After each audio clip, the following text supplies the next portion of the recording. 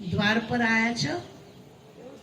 ભોલાનાથ ભગવાનનો માસ ચાલી રહ્યો છે। મહાશિવરાત્રિનું પાવન પર્વ આપણને બધાને કંઈ ન કંઈ પ્રાપ્તિ કરાવે છે, કંઈ ન કંઈ અનુભૂતિ કરાવે છે। ભોલાનાથ ભગવાન દરેકની ઝોલી જ્ઞાન રત્નોથી, સુખ શાંતિ અને સમૃદ્ધિથી ભરપૂર કરે છે। એવા પ્યારા પિતા પરમાત્મા વર્તમાન સમયે લાખો કરોડોના જીવનની અંદર સુખ શાંતિ પ્રેમ આનંદ વરસાવી રહ્યા છે। તો આપ સૌ જ્યારે અત્યારે આરતી ઉતારી રહ્યા હતા તે વખતે મનોમન ફીલ કર્યું કે ભગવાનની અમારી પર દુઆ વરસી રહી છે? કોણે કોણે ફીલ કર્યું કે ભગવાન અમારી પર વરદાન વરસાવી રહ્યા છે? સરસ, ફાઇન। તમે સામે ઉપર કોણ બેઠેલું છે? ચેક ઉપર એમની તપસ્યા 14 તારીખથી લઈને આજે કઈ તારીખ છે? 18 તારીખ। 4 દિવસથી સવારે 8 વાગે બેસી જાય, બપોરે 12-1 વાગે ઉઠે, અત્યારે 4 વાગે બેસી જાય, રાતે 9-10 વાગે ઉઠે। સૌથી વધારે ઘોર તપસ્યા કોની છે? તો કલિયુગી માનો, આપણા જેવા જ છે, પણ એમને શંકરનો ડ્રેસ પહેરાવી શું કર્યા છે? આપણે બેસાડ્યા છે। એ છે રાજયોગની શક્તિ છે। રાજયોગ એક એવી તાકાત છે કે મનુષ્યની અંદર સ્થિરતા લાવે છે, મનુષ્યની અંદર એકાગ્રતા લાવે છે, મનુષ્યની અંદર શીતળતા લાવે છે, મનુષ્યની અંદર દિવ્યતા લાવે છે અને મનુષ્યની અંદર પવિત્રતા લાવે છે। અને એટલે જ આપ સૌ ભાઈઓ બહેનો રાજયોગનો અભ્યાસ કરી આપનું જીવન ઉજ્જવલ બનાવો, દિવ્ય બનાવો, શક્તિશાળી બનાવો।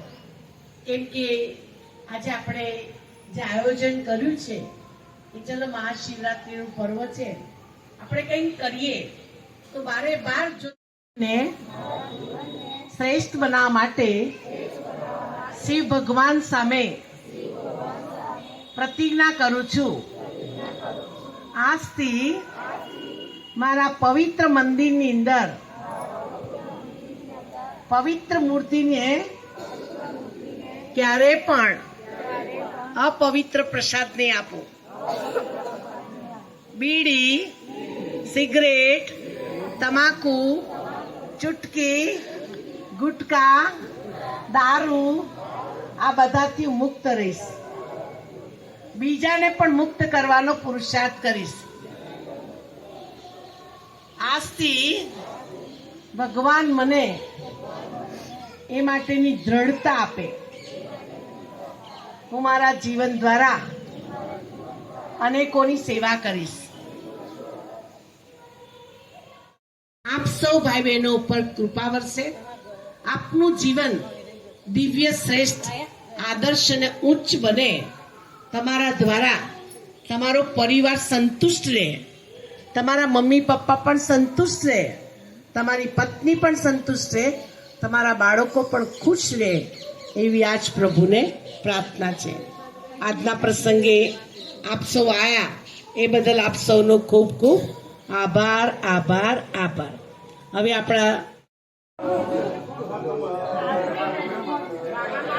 થોડા થોડા પહેલા બતાવો, પછી જાઓ। થોડા કોમાઈ દો, થોડા કેમ